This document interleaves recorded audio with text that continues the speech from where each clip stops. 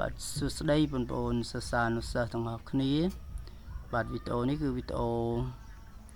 រៀនសរសេរអក្សរឆបាទចឹងរៀន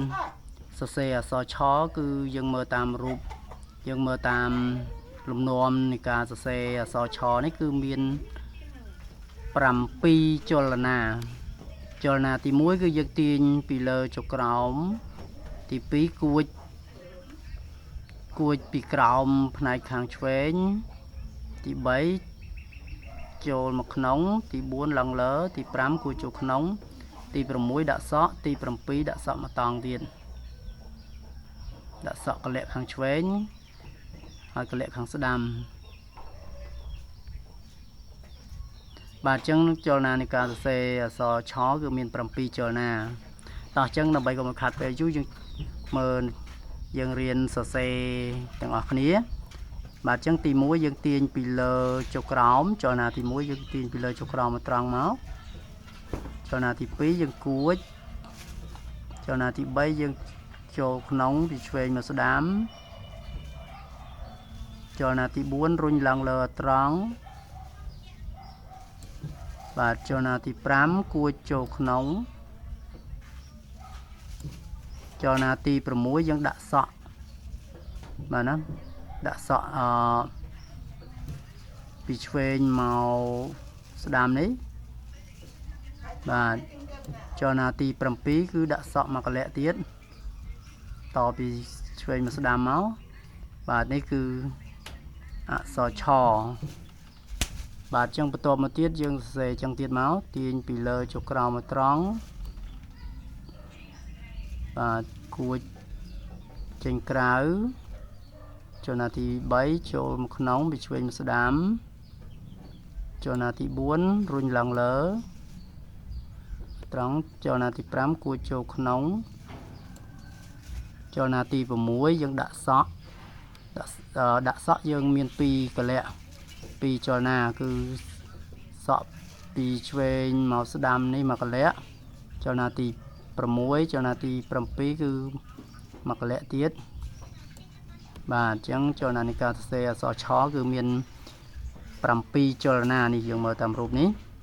បាទតោះអញ្ចឹងចលនាទី1យើងទាញពីលើចុះក្រោមមកត្រង់មកបាទចលនាទី2យើងគួចពីខាងក្រៅផ្នែកខាងក្រោមពីឆ្វេងមកស្ដាំចលនាទី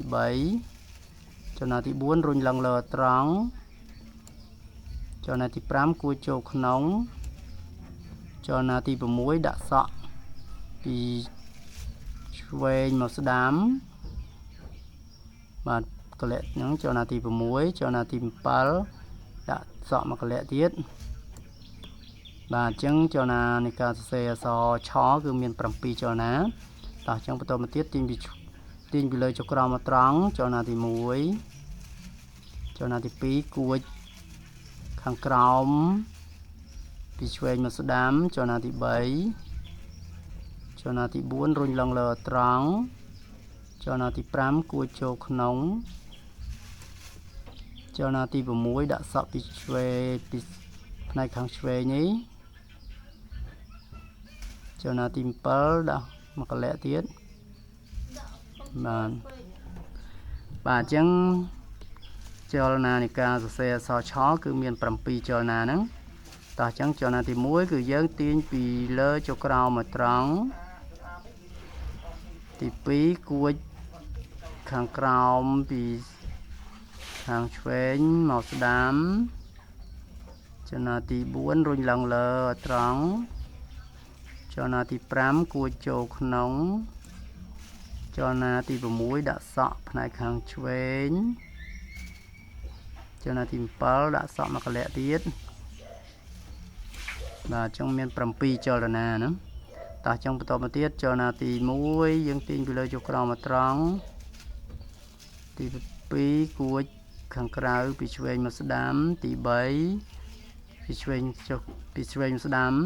ទី4រុញឡើងលើត្រង់ទី5គួចចូលក្នុងទី6ដាក់សក់ទាញផ្នែកខាងឆ្វេងនេះទី7ដាក់សក់មកកលាក់ទៀត បាទអញ្ចឹងចលនានៃការសរសេរអក្សរឆគឺមានអញ្ចឹងណាគឺមាន7ចលនាហ្នឹងយើងមើលតាមរូបនេះបាទឆគឺឆតាំងឲ្យឆាត់ឆគឺឆាត់បាទឆាត់ចឹងឆាត់រូបឆាត់នេះគឺយើងអាចផាត់ពណ៌ណាតោះអញ្ចឹងចលនាទី1យើងទាញពីលើចុះក្រោមមកត្រង់ចលនាទី2គួចខាងក្រោមនៅខាងក្រៅពីឆ្វេងមកស្ដាំចលនាទី3ចលនាទី4រុញឡើងលើត្រង់ចលនាទី5គួចចូលក្នុងចលនាទី6ដាក់សក់ចលនាទី7ដាក់សក់មួយកលៈទៀតភាសាសក់គឺមាន2កលៈបាទអញ្ចឹងយើងធ្វើយ៉ាងទៀតមកចលនាទី1ទីពីលើចុះក្រោមមកត្រង់2គួចខាងក្រៅឆ្វេងមកស្ដាំ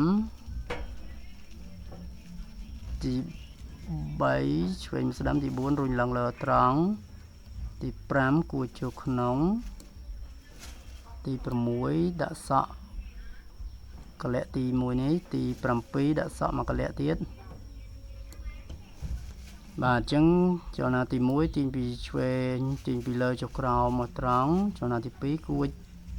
ចេញក្រៅផ្នែកខាងឆ្វេងមកចលនាទី3ពីឆ្វេងមកស្ដាំចលនាទី4រុញឡើងលើត្រង់ចលនាទី5គួចចូលក្នុងចលនាទី6ដាក់សក់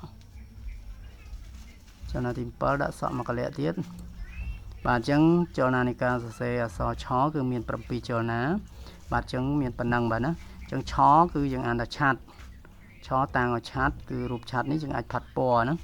បាទអញ្ចឹងអរគុណសម្រាប់ការទស្សនាវីដេអូមេរៀននៃការហាត់សរសេរអក្សរឆនេះបាទណាសូមអរគុណ